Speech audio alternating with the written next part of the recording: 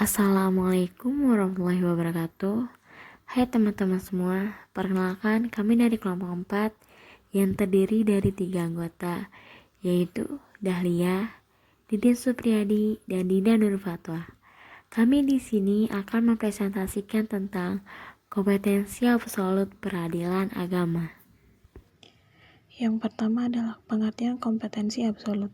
Kompetensi absolut ialah kewenangan memeriksa dan mengadili perkara badan-badan peradilan berdasarkan pada pembagian wewenang dan pembebanan tugas atau yurisdiksi.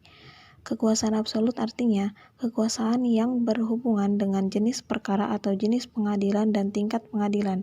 Dalam perbedaannya dengan jenis perkara atau jenis pengadilan atau tingkat pengadilan lainnya. Misalnya pengadilan agama berkuasa atas perkara perkawinan bagi mereka yang beragama Islam, sedangkan bagi yang selain Islam menjadi kekuasaan peradilan umum. Pengadilan agamalah yang berkuasa memeriksa dan mengadili perkara dalam tingkat pertama. Tidak boleh langsung berperkara di pengadilan tinggi agama atau di Mahkamah Agung.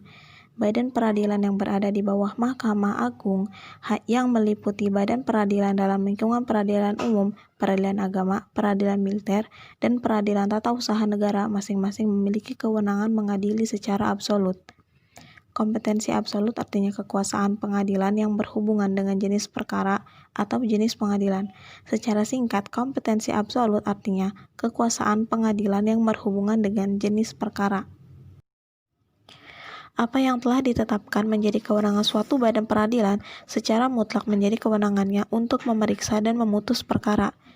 Namun, baik pengadilan agama maupun pengadilan negeri diharuskan untuk meneliti perkara yang diajukan kepadanya, apakah termasuk kekuasaan absolutnya atau bukan. Kalau tidak termasuk kekuasaan absolutnya, pengadilan agama maupun pengadilan negeri dilarang untuk menerimanya.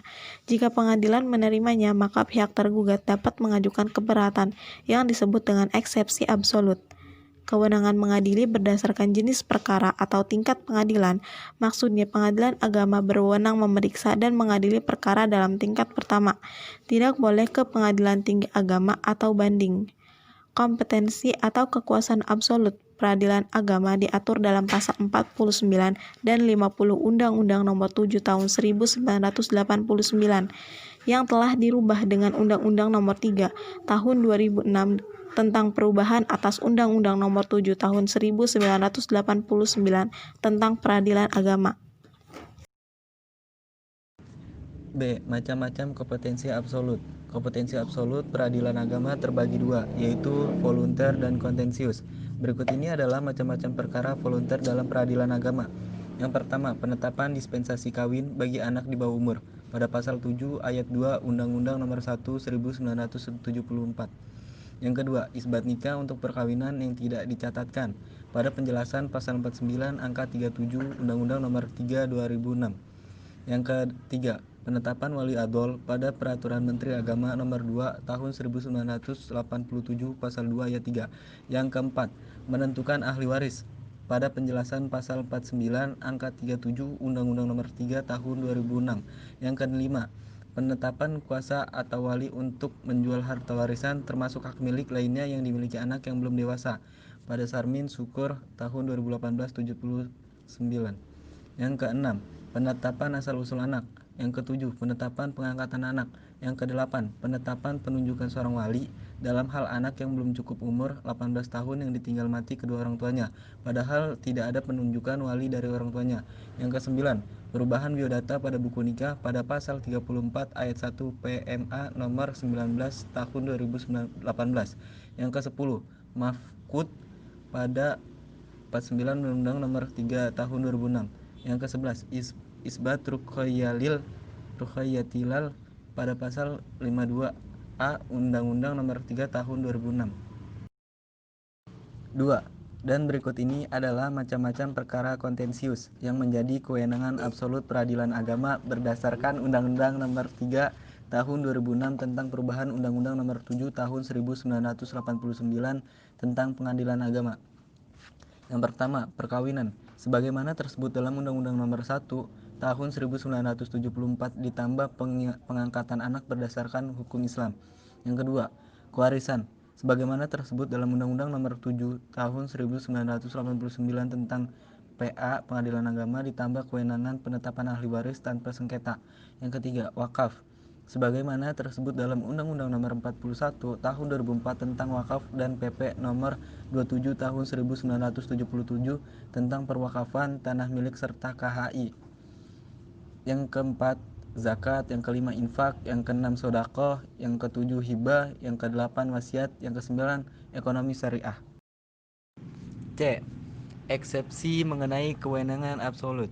Kewenangan absolut ini diatur dalam pasal 125 ayat 2, 134 dan pasal 136 hir, pasal 149 ayat 2 dan pasal 162 RBG. Istilah lain eksepsi absolut adalah atributif eksepsi. Sedangkan yang dimaksud dengan eksepsi absolut ialah pernyataan ketidakkewenangan suatu pengadilan untuk menerima, memeriksa, mengadili, dan memutus suatu perkara yang sebenarnya menjadi kewenangan pengadilan lain dalam lingkungan peradilan yang berbeda. Pasal 134 hir, eksepsi absolut dapat diajukan di setiap saat dan di setiap tahap pemeriksaan, walaupun tidak diminta oleh pihak tergugat. Eksepin. Namun, Hamik secara ex officio harus menyatakan dirinya tidak berwenang memeriksa perkara tersebut. Pada pasal 136 hir atau 162 RBG, apabila eksepsi terhadap kompetensi absolut disetujui, maka putusan dinyatakan bahwa pengadilan tidak berwenang. Bila eksepsi terhadap kompetensi absolut tidak disetujui, maka hakim melalui. D. Permasalahan-permasalahan terkait kewenangan absolut. Meskipun sudah ada peraturan yang mengatur tentang kewenangan absolut, baik perkara volunter maupun kontensius, namun pada prakteknya masih ada saja kendala di lapangan. Berikut ini adalah beberapa permasalahan yang menjadi titik singgung peradilan umum dengan peradilan agama, berdasarkan tinjauan yuridis normatif. Yang pertama itu ada sengketa perubahan biodata di buku nikah.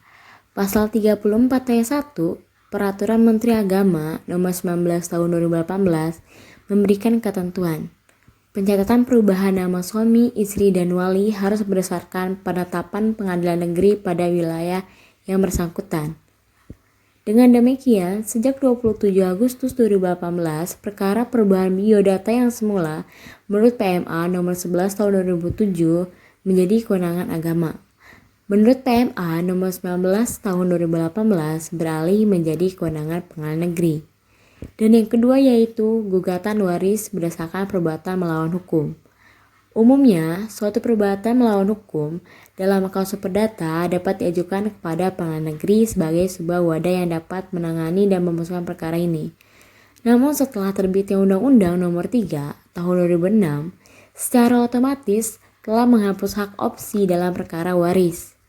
Selain menghapus hak opsi, juga menghapus secara khusus pasal 1365 KUHP Perdata yang menyatakan tiap perbuatan melanggar hukum yang membawa kerugian kepada orang lain mewajibkan orang yang karena kesalahan menerbitkan kerugian itu mengganti kerugian tersebut. Begitulah bunyi dari pasal ini. Pasal ini adalah dasar yang digunakan oleh PNN dalam menangani perkara PMH. Yang ketiga itu ada perkara pengangkatan anak atau adopsi. Di Indonesia, bagi orang yang ingin melakukan adopsi, harus terlebih dahulu meminta permohonan kepada peradilan umum atau peradilan agama. Permohonan adopsi antara DPN dan PA itu berbeda dari segi akibat hukum pengangkatan anak.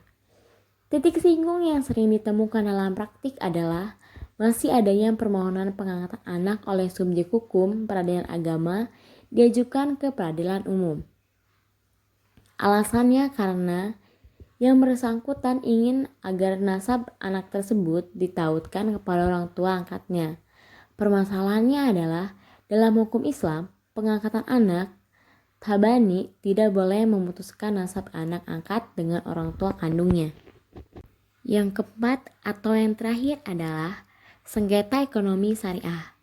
Dalam bagian penjelasan pasal 49 huruf I, Undang-Undang Nomor 3 Tahun 2006 tentang peradilan agama disebutkan bahwa yang dimaksud dengan ekonomi syariah adalah perbuatan atau kegiatan usaha yang dilaksanakan menurut prinsip syariah, antara lain meliputi bank syariah, lembaga keuangan mikro syariah, asuransi syariah, reasuransi syariah, reksadana syariah, obligasi syariah, dan surat berharga berjangka menengah syariah, sekuritas syariah, pembiayaan syariah, penggadaian syariah, dana pensiun lembaga keuangan syariah, dan bisnis syariah.